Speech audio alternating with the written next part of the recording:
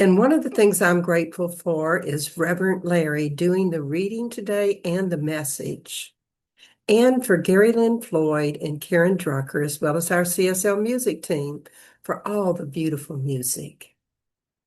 Today, we're fortunate to have a beautiful message on Dreaming Big by Reverend Larry King, the other Larry, as he calls himself. He's a gifted speaker and has a heart that shows up profoundly as he speaks. I know you're going to love his message on Dreaming Big. But before I turn you over to Reverend Larry, here's your question for the week.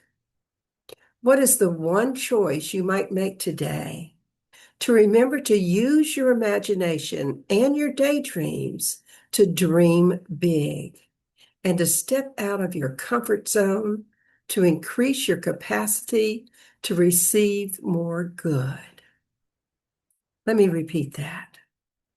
What is the one choice you might make today to remember to use your imagination and your daydreams to dream big and to step out of your comfort zone to increase your capacity to receive more good? Hi, everyone. Well, Reverend Larry's gone and done it again. She's invited me back. This is her friend, the other Reverend Larry from Tidewater, Oregon. And it's my pleasure to fill in for her while she's on a well-deserved vacation. She's asked me to talk about the idea of dreaming big, and it's from the journal that you've been using. And the entry for today is on dreaming big. So where shall we start? I think a bit of curiosity is in order. I'm curious, how many of us are still dreaming at all? Are you? Some days I wonder about myself. When I was a kid, I had so many big dreams. It was like every idea I ever had could be blown up into a big deal and an important deal. I was going to be a teacher and make a big difference. I was going to take on big corporations who had um, caused trouble in our small town. I was going to stand up for the people who had lost their own voices. Didn't you have big dreams like that? So what happened? Well, I started to take the path of least resistance. I settled for good enough. I started listening to other people's dreams instead of understanding my own. There are people who will tell you that's the way of growing older. We find our place and we stay in it, and we don't need dreams anymore. But I'm here to tell you something. The good enough is the enemy of the great. And let's put that in perspective and a little bit larger. The good enough life, the satisfactory life, is the enemy of the great life. And I'd like to maybe start with a joke, if you don't mind. So, dressed in winter coats, hats, and boots, an old man and his grandson were walking on the beach. The boy was small for his age and walked with a limp. Suddenly, a giant wave crashes on shore and sweeps the boy out to sea. The man looks up to the heaven and cries, "Oh Lord, this is my only grandson. How can you take him away from me like this? My son will not understand. My daughter in law's heart will be broken." But the fellow remembered his scripture, right where it said, "Ask and ye shall receive." And so he decides to ask God to return the boy. He gets on his knees and prays. Suddenly, another wave, even larger, comes by and deposits the boy right back at the old man's feet. The grandfather looks to the heavens again and says, "Hey, wait a minute. When you took him, he had a hat." Okay. All right. Well, maybe it was a funnier when I was practicing. Anyway, let me talk about this joke for a minute. The joke illustrates an important metaphysical teaching. We tend to only ask for what we see and we can imagine. I mean, why didn't the grandfather ask to have his grandson healed, right? Why didn't the grandfather ask for money for his family or whatever? He couldn't see behind something that imaginingly had been taken away, the hat. So I think we're working on our hat. We're only looking on the things that we can receive. And to illustrate that, I'd like to tell you about a teenager that was in my care. So for many years, I had the honor of being a foster parent for the Boys and Girls Aid Society in Oregon. And primarily, I focused in on teenagers. And so I'd like to tell you about one of the teenagers that I got. As often happened, I would get a phone call at midnight, and someone on the other end would say, "You know, I'm a juvenile officer, and we're over at the detention facility, and I'd really like to give this young man a better chance than locking him up here at juvenile hall. Would you be willing to take him on for a few days until we can find a relative or someone who can look after him properly?"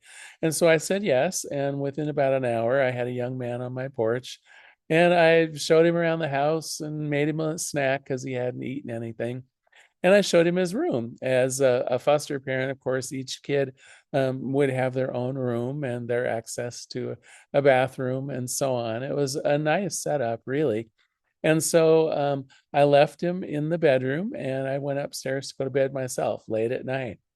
Well, about 2 a.m., I hear a noise downstairs, and I can't quite figure out what it is. It doesn't sound like the boy talking, but it is talking. And so I come downstairs and I look in his room. The bed's been not slept in at all. And so I turn the corner and the noise is coming from the living room. And there he is, sound asleep on the sofa in the living room with some kind of weird late night talk show going on the TV. So I turned off the TV and quietly woke him up and I said, "What's wrong? Why weren't you sleeping in the bed?" And he looked at me and he said, "I have never slept in a bed before and it just doesn't feel right. And I'm also used to a lot of noise where I usually stay. My dad and his girlfriend are always making a lot of noise, and so I usually turn the TV on to kind of drown the sounds out." Well, my heart so went out for him. This poor young man never had slept in a bed before. And it occurs to me, could we be living in a similar situation? Not literally that we've never slept in a bed before, but what have we never imagined would be possible for us before? Have we really been living our best lives or just the lives that we're used to? Are we just used to, metaphorically speaking, sleeping on our own sofas with the TV blaring? Maybe we're missing out on the good life. So, how do we start dreaming again? How do we start dreaming of the bigger life? How do we start dreaming of the opportunities we're missing or some of the parts of our lives that could be improved upon? How do we go beyond just asking for the missing hat and ask to have our grandson's leg healed? How do we start recognizing that God is infinite and that it's God's good pleasure to give us our biggest dreams? Well, of course, I have some ideas. First of all, we're not as used to using our imagination as when we were young. Daydreaming isn't just for kids. So, what would daydreaming be like for an adult? I think it could be some time thinking, contemplating, or even journaling about some direction we'd like to make in our lives. And let's make sure it includes a fun component. What activities would really give you a sense of freedom or play? What new thing or new idea or new way of being would make all the difference? Your imagination, your daydreams are a key to dreaming big. They can lead you to beyond your current comfort zone into something wonderful.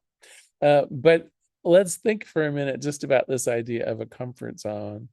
Some of us are very hesitant to get out of our comfortable sameness into something even bigger.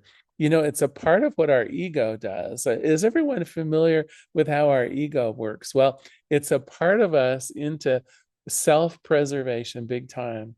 And so part of the job that our ego does is it doesn't want us to be disappointed. It doesn't want us to be fearful. It doesn't want anything bad to happen to us. And the way that it attempts to make sure that we're not troubled or hurt or alarmed is by keeping us right exactly where we are right now. The idea being, my life may not be perfect, but oh my God, what if I tried something new? The ego says that could be dangerous. Well, in olden times, I think it was dangerous, right? Back in cave person times, doing something risky would probably mean the death of you and maybe your family. But that's not true now. We can really be risk takers. Most of us can. Our lives are well ordered. Most of us are earning a decent living. We have a good family situation. We're not like my poor teenager who had never seen or used a bed before and who was used to loud arguing in his house all the time. At least most of us can imagine something better than that. And so I'm here to be a little bit of a risk taking aficionado for you. I think you deserve it to take some minor risks, to dream big in order to start living a little larger, to have a little more fun in our lives, to have a little more opulence in our lives, to have a little more joy or peace or love in our lives. And to do that, we're going to get out of our comfort zone. And our imagination is one of the keys. What can you imagine that would be just wonderful? What can you imagine that would make life more loving? Maybe a new relationship or an improved relationship or mending a relationship that's been harmed in the past. So many opportunities for us to enjoy the good life if we're willing to stretch our imagination. But what if we are like that teenage boy who had never really couldn't imagine having his own room or sleeping in his own bed? What if that's us for having the bigger life, a life that we can't even imagine, a life that's larger and more loving and more precious to us than the one we have now? What if we can't even imagine it? Well, my second thought beyond just using our imagination is maybe to seek out a mentor. There are probably people that you really admire in your life, either people you know or people that you have access to. And I bet some of these people are living the dream in a way that you can't even quite imagine. What if you had a mentor that could lead you along the path of greater awareness of your good, being able to see you for who you really are and the assets that you have and the love that you can bring things to? You know, often we tend to minimize our own capabilities. Often we think that we're not much or can't do very much. Sometimes an outsider can see beyond that. Sometimes an outsider can mentor us into seeing our true greatness and also into illustrating some of the better ways of life that maybe we just can't even understand. It wasn't too long ago that my partner Daniel received a gift of some money.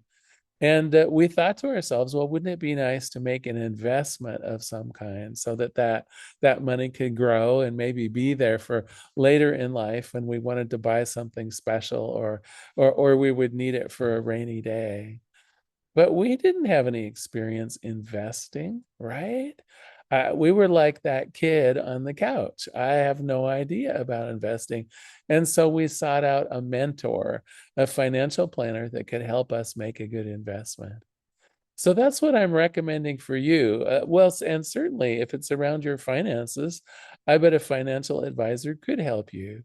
If it's about your love life, maybe a successful couple that you know could give you some tips and ideas for improving your relationships.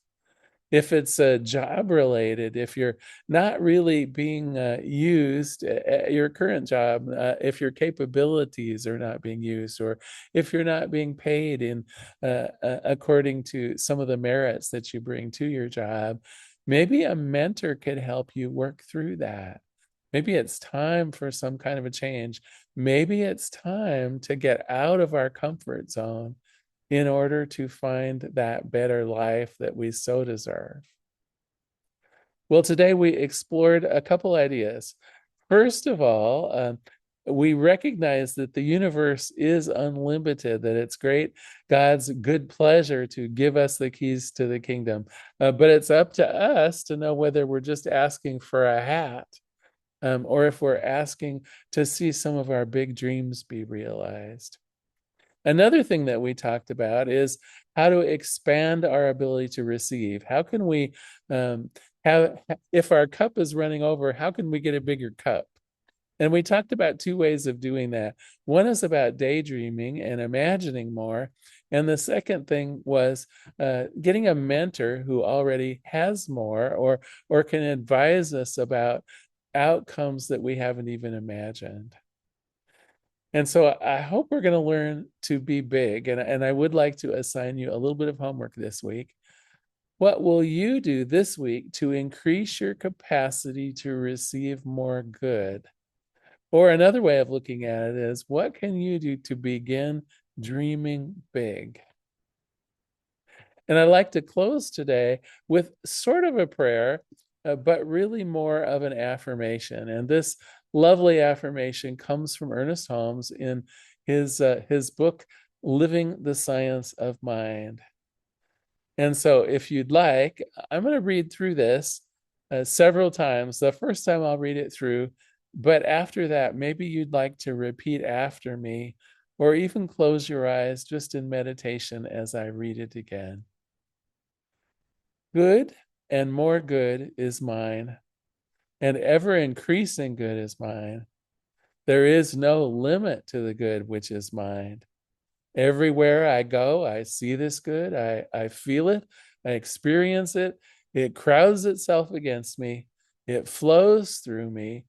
It expresses itself in me, and it multiplies itself around me. Good and more good is mine. It is that dreaming big. It is that ability to have a bigger cup to run over. It is that magnificent part of our spirit that wishes to have the good life. And it is God's good pleasure to give it to us, because good and more good is mine, and ever increasing good is mine. There is no limit to the good which is mine. Everywhere I go, I see this good, I feel it, I experience it. It crowds itself against me, it flows through me, it expresses itself in me, and it multiplies itself around me. Truly, good and more good is mine. And staying in this place of true abundance and with great gratitude, I release this prayer, I release this affirmation into that goodness that is God, that God that always says yes. And together we say, and so it is. Thank you so much for being here today. Certainly my pleasure to be with you. Goodbye for now. I just adore Reverend Larry and his sweet nature. It always shows up in his talks. I hope you enjoyed his stories about the grandson and his foster child as much as I did. And I love the prayer from Ernest Holmes so much. I'm making the slide with the affirmation available on our website so you can download it and remember how much good is yours. Before I go, let me just take this time to remind you of your affirmation for the week. Here it is. How is it I so willingly, energetically, and effortlessly remember to use my imagination and my daydreams to dream big and to step out of my comfort zone to increase my capacity to receive more good? And don't forget the home play that Reverend Larry mentioned. We can all use more good in our lives. So dream big this week. And last but not least, I am so very grateful that we continue to come together for services and also grateful for the contributions that are helping us continue to have this presence on this planet, as well as on YouTube, and have some special music. Enjoy our offertory song.